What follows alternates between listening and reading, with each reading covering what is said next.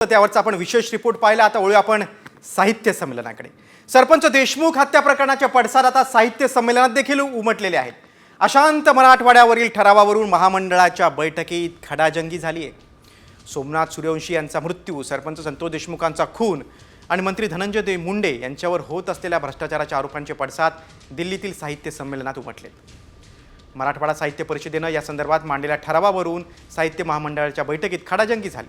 महामंडळात हा ठराव स्वीकारून समारोपाच्या वेळी मांडणार का, हे मात्र उद्याच स्पष्ट होईल। आता सरपंच हत्येचे संमेलनात पडसाद आहेत।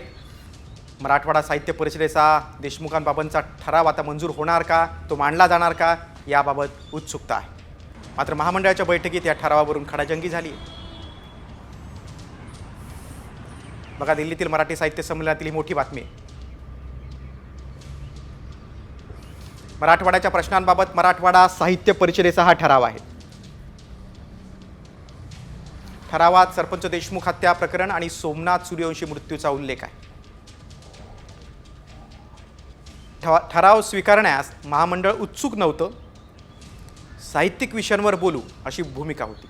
राजकीय आणि सामाजिक विषयांवरील परिसंवाद होतात, मग ठराव का नकोत असा सवाल करण्यात आला। मराठवाडा साहित्य परिषदेचा हा सवाल होता।